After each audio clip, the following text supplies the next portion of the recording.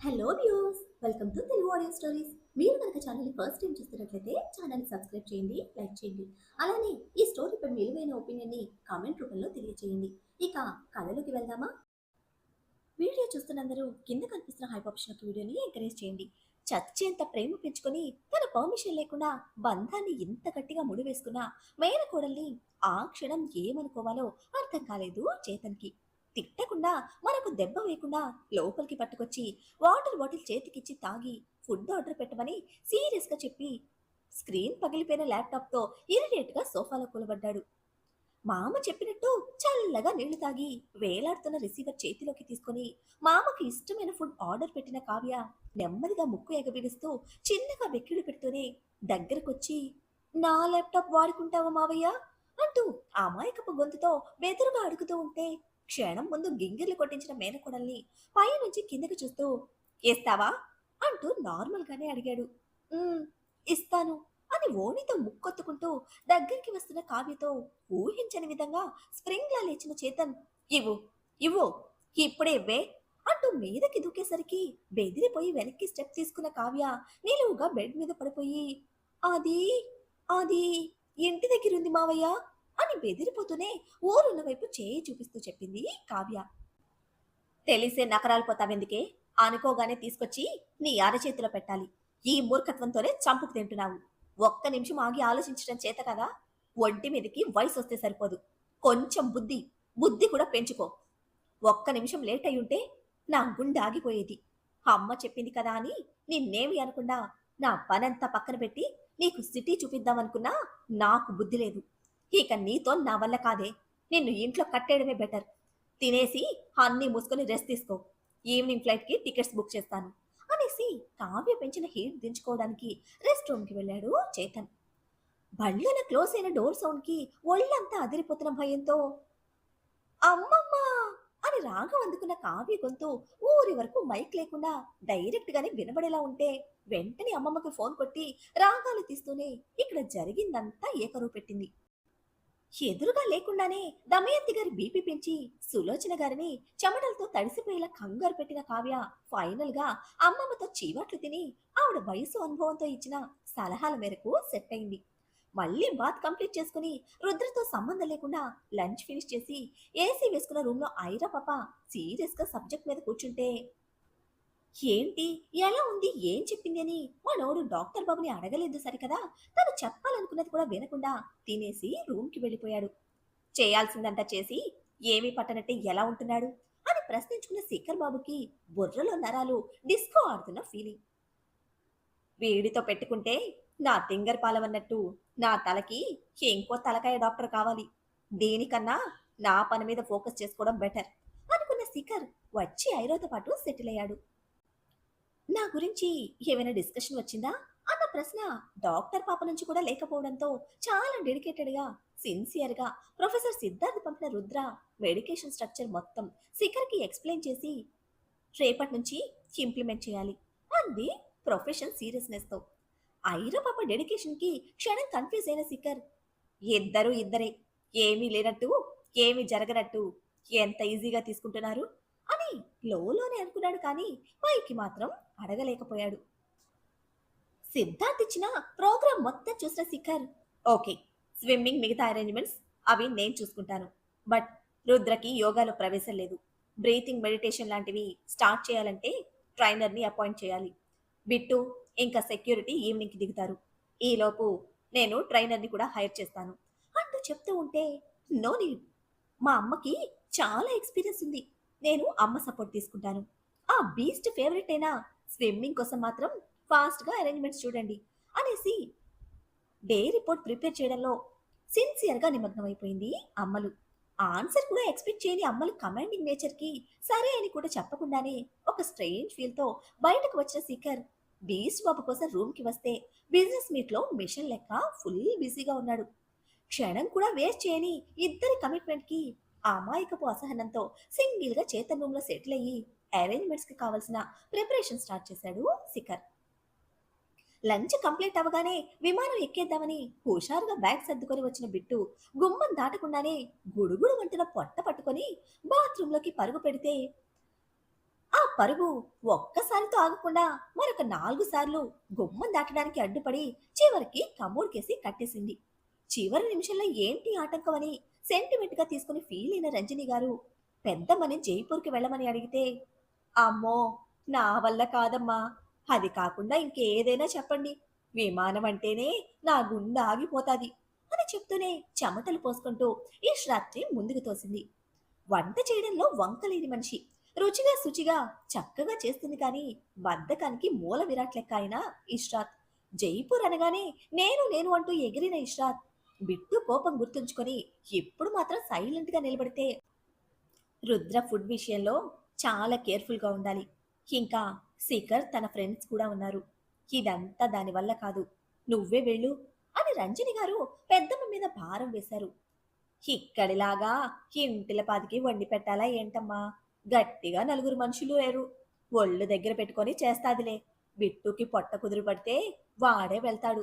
అప్పటి వరకు దీన్ని అడ్డేసుకోండమ్మా అంటూ తన భయానికి ఇష్రాత్ మీద ఒత్తిడి పెంచడంతో ఇక ఫైనల్ గా ఇద్దరు సెక్యూరిటీతో పాటు ఇష్రాత్ ని ఎయిర్పోర్ట్ కి పంపితే, అదే సమయంలో జైపూర్ నుంచి ఢిల్లీ స్టార్ట్ అయ్యే ఫ్లైట్ అందుకోవడం కోసం ప్రిపేర్ అవుతున్నారు మయూరి. కొత్త చెక్బుక్ మీద తనతో పాటు ఉండాల్సిన మయూరి సైన్స్ కోసం రూమ్ లోకి వచ్చిన విశ్వక్ 2 జతల బట్టలతో ప్యాకింగ్ ప్రిపేర్ చేసుకుంటున్న మయూరి అరేంజ్మెంట్స్ కి, మళ్ళీ వెళ్తున్నావా అంటూ అడుగుతూనే నిలబడితే తలెత్తి చూసిన మయూరి ఆన్సర్ చెప్పకుండానే బ్యాగ్స్ జిప్స్ క్లోజ్ చేశారు. అక్కడ ఇప్పుడు మన వాళ్ళు ఉన్నారు మయూరి, నీకు ఏది కావాలన్నా ఫోన్లోనే చేసేస్తారు అంటూ ప్రతిసారి మయూరి తిరిగి కష్టపడుతున్న పనికి ఇక విరామం పలకమని విశ్వక్ అడ్వైస్ చేస్తూ ఉంటే, ఢిల్లీలో ఉన్న మన వాళ్ళు ఆగ్రాను తెచ్చి ముందు పెట్టలేరు కదా అంది ఎప్పటిలా గాంభీర్యవదనంతో. ఏసారి కూడా దానికోసమేనా అంటూ విశ్వక్ నిట్టూర్పుతో కూడిన నీరసంతో అడుగుతూ ఉంటే, ప్రతిసారి దానికోసమే. నేను నమ్మకం కోల్పోయినా నా మనసుని ఆకట్టుకుంటుంది. 2 రోజులుండి వచ్చేస్తాను. వర్క్లో ఎక్కువ స్ట్రెస్ తీసుకోవద్దు. నేనొచ్చే వరకు హవేలి దాటి వెళ్ళొద్దు అని చెప్తూనే చెక్ బుక్స్ మీద సైన్ ఫినిష్ చేసి విశ్వక్ గారి చేతుల్లో పెట్టి బ్యాగ్తో బయటకు నడిచింది మయూరి.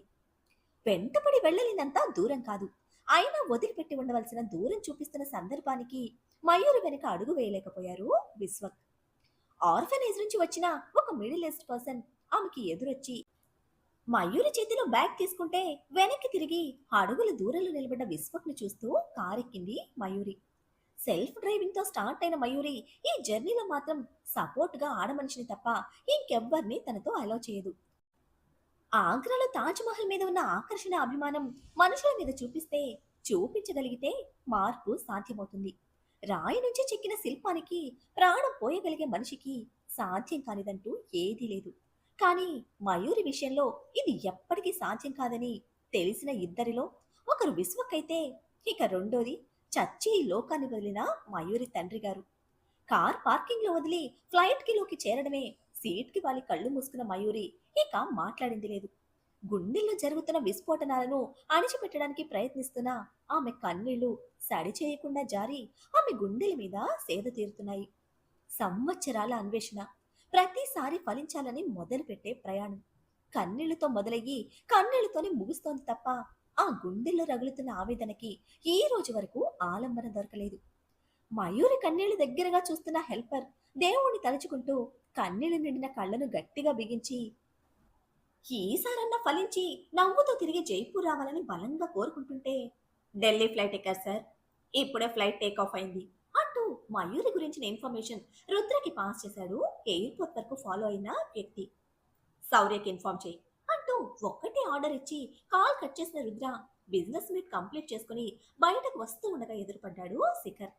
అన్వేషిస్తున్న వాడిలా ఉన్న రుద్ర కళ్ళలోని భావాన్ని గమనిస్తూ, ఏస్ ఎవ్రీథింగ్ ఓకే అంటూ నార్మల్ గా అడిగితే, యా అంటూ సింపుల్ గా సింగిల్ లెటర్ ఆన్సర్ ఇచ్చి, ఎందుకొచ్చావు నా కోసం అంటూ రుద్ర ఎదురు ప్రశ్నిస్తూ ఉంటే, నీ కోసమే అని నువ్వు తెలుసుకోగలిగే మన ఇద్దరి మధ్య బాండింగ్ కి నువ్వు నా దగ్గర ఏదో దాస్తున్నావని నేను తెలుసుకోలేనా అంటూ సెంటిమెంట్ తో లాక్ చేశాడు శిఖర్. డాక్టర్వి డాక్టర్లా ఉండు, యాక్టర్లా ఎమోషన్ ప్లే చేయకు అంటూ కౌంటర్ ఇస్తే, మా సిస్టర్తో ఓకేనా అని కవ్విస్తూ కళ్ళెగరిస్తున్న డాక్టర్ బాబుతో, తను ఏది చేసినా ఒక మ్యాజిక్ ఉంటుంది. నీకు యాక్టింగ్‌లా అనిపించే ఆ అల్లరిలోని మ్యాజిక్ నా హార్ట్‌కి మాత్రమే తెలుస్తుంది. నీ డాక్టర్ బ్రెయిన్‌కి, ఈ పేషెంట్ హార్ట్ అమ్మలు మ్యాజిక్ 2 అర్థం కాదు కానీ, కష్టపడి పెర్ఫార్మ్ చేయకుండా వచ్చిన పనేంటో చెప్పు అంటూ సీరియస్‌గా క్వెషన్ చేస్తూనే ఇద్దరూ బయటికి వచ్చి హాల్‌లో సెటిల్ అయ్యారు. Rudra serious face, Shekhar confusion face. Eye corner గా అబ్జర్వ్ చేసిన ఐరా పాప టక్కున ఏసీ ఆఫ్ చేసి పెద్ద పెద్ద అడుగులతో రూమ్ లోకి వెళ్ళిపోయి ధడాలన డోర్ విసిరి కొడితే, మరి ఇదేంటి అని ముందు కన్నా డబుల్ కన్ఫ్యూజన్ తో ఇంకా వైబ్రేట్ అవుతున్న డోర్ వైపే చూస్తూ అడిగాడు శిఖర్. సోఫా మూలకు చేరిన ఏసీ రిమోట్ తీసుకుని ఐరా వదిలి వెళ్లిన ప్లేస్ లోనే కూర్చుంటూ ఏసీ ఆన్ చేసిన రుద్ర ఆలక అంటూ చిరు మందహాసంతో చెప్తూ ఉంటే శేఖర్ బాబు ఫీజులు ఎగిరిపోయి, నీది నాది ఒకే ఊర్రా సామి, మా ఊర్లో దీన్ని కోపం అంటారు అని కన్ఫ్యూజ్డ్ ఫేస్ తోనే ఏకరువు పెడుతూ ఉంటే, నీ అన్న బ్రెయిన్ కి అది కోపమే, నా బ్రెయిన్ కి మాత్రం అది అలక అని రిథమిక్ గా సాగుతున్న గుండె మీద చేతి నుంచి అమ్మలలిగితే భలే ఉంటుందిరా. అసలే మిల్కీ టోన్ కదా, అలిగినప్పుడు ఎర్రబడ్డ ఆ చిలక ముక్కు దొండ పండులా భలే ముద్దుగా ఉంటుంది. ఆ టైంలో తన బ్లూ ఐస్ లోని షార్ప్ వేవ్స్ నీలిరంగు ముక్కు పుడక మీద పడి వైబ్రేట్ అవుతూ అదో రకమైన గమ్మత్తుగా ఉంటుంది. ఎంత చూసినా ఇంకా చూడాలనిపిస్తుంది అంటూ ఒక ఫ్లోలో చెప్పుకుపోతున్న రుద్ర ప్రేమ బాణికి నోరు నొక్కేసి గుర్రుగా చూస్తున్నాడు శిఖర్. అప్పుడు సెన్స్ తెలుసుకుంటూ కామెంట్ చేస్తూ డాక్టర్ బాబు కష్టానికి నవ్వుతూ చేతిని తప్పించి, ఎందుకురా డిస్టర్బ్ చేశావు అంటూ తిరిగి శిఖర్ మీద మన బీస్ట్ బాబు కంప్లైంట్ చేస్తూ ఉంటే, నేను డిస్టర్బ్ చేస్తున్నానా అని ఏడుపు మొహంతో ఫైర్ అవుతూనే, అసలు మీ ఇద్దరి మధ్య చేతన్ ఎలా అడ్జస్ట్ అవుతున్నాడో కానీ నాకు మాత్రం గంట కూడా మైండ్ పీస్ఫుల్ గా లేదు. అసలు నీ ఫీలింగ్స్ మీద ఐరాకి క్లారిటీ ఉందా? అండ్ మోస్ట్ ఇంపార్టెంట్, చేతన్‌కి తెలుసా? వాడు ఆల్రెడీ ఐరాకి ప్రపోజ్ చేశాడు అంటూ పళ్ళు బిగించి ఫ్రస్ట్రేట్ అవుతూ ఉంటే, పర్సనల్ మ్యాటర్స్‌కి టైం లేదు బావా, నీ ప్రొఫెషన్‌లోకి షిఫ్ట్ అవుతావా అంటూ సీరియస్ మోడ్‌లో సెటిల్ అయ్యాడు రుద్ర. చంపుతున్నావురా అంటూనే రుద్ర కట్ చేశాక సాగదీయడానికి లేని సిచ్యుయేషన్‌ని అక్కడే వదిలేసి శిఖర్ నెక్స్ట్ మినిట్ ల్యాప్‌టాప్ తీసుకొని సిద్ధార్థ్ డిజైన్ చేసిన స్ట్రక్చర్, ఐరా ప్రపోజల్ అన్ని రుద్రకి ఎక్స్‌ప్లెయిన్ చేసి, నేను వీక్లీ 2 డేస్ వస్తాను. ఐరా అప్ టు డేట్ గా రిపోర్ట్స్ ప్రిపేర్ చేస్తుంది. చేతన్ మిగతాది మొత్తం మేనేజ్ చేస్తాడు. ఇక సెక్యూరిటీ విషయం సౌరికి ఆల్రెడీ ఇన్ఫార్మ్ చేశాను. బిట్టు స్టార్ట్ అయ్యే ముందు కాల్ చేశాడు. ఈ పాటికే దిగుంటారు అంటూ వన్ బై వన్ డిస్కస్ చేస్తూ ఉంటే, బిట్టు లాస్ట్ మినిట్ లో డ్రాప్ అయ్యాడు. ఇష్రాత్ తో పాటు డ్రైవింగ్ కి, అవుట్ సైడ్ సపోర్ట్ కి ఇద్దరు వస్తున్నారు అంటూ రుద్ర క్లారిటీ ఇస్తుండగానే బయట ఒక క్యాబ్ వచ్చి ఆగింది. ఇష్రాత్ తో పాటు ఇంటి నుంచి వచ్చిన ఇద్దరు సెక్యూరిటీ లోపలికి రావడమే రుద్రకు సెల్యూట్ చేస్తే, 2 రోజుల్లో బిట్టు వస్తానన్నాడు సార్ అంటూ బెదురు గొంతుతోనే చిన్నగా చెప్పింది ఇష్రాత్. బిట్టు ఇక రాడు. ఇక్కడ ఉన్నన్ని రోజులు నువ్వే ఉంటావు. మేడంకి ఇబ్బంది లేకుండా చూసుకో అంటూ ఇష్రాత్కి చెప్పిన రుద్ర, వాళ్ళకి ఎక్స్ప్లెయిన్ చేయి అనేసి సౌర్య నుంచి ఫోన్ వస్తూ ఉంటే అది అటెండ్ చేస్తూ బయటకు వెళ్ళాడు. ఇష్రాత్ కి కిచెన్ చూపించి సెక్యూరిటీ వర్క్ గురించి చెప్తూ శేఖర్ బయటకు నడిస్తే కిచెన్ మొత్తం ఇంతింత కళ్ళేసుకొని ఇష్టంగా చూసుకుంటూ వీళ్ళ ఫీల్ అవుతోంది ఇష్రాత్. అది చెయ్యి ఇది చెయ్యి అని హడావుడి పెట్టడానికి పెద్దమ్మ లేదు. ఏది చేసినా వంకలు పెట్టి తప్పులు వెతికి కార్నర్ చేసే బిట్టు లేడు. మేడం చూస్తారన్నా భయం లేదు. సార్ కోపడతారన్నా బెదురు లేదు. సింగిల్ గా తన సొంతమైన కిచెన్ లో స్వేచ్ఛగా ఫీల్ అవుతున్న ఇష్రాత్ ఆ హ్యాపీనెస్ తో చిందులు తొక్కుతూ ఎంజాయ్ చేస్తూ ఉంటే సరిగ్గా అప్పుడే వచ్చింది ఐరా.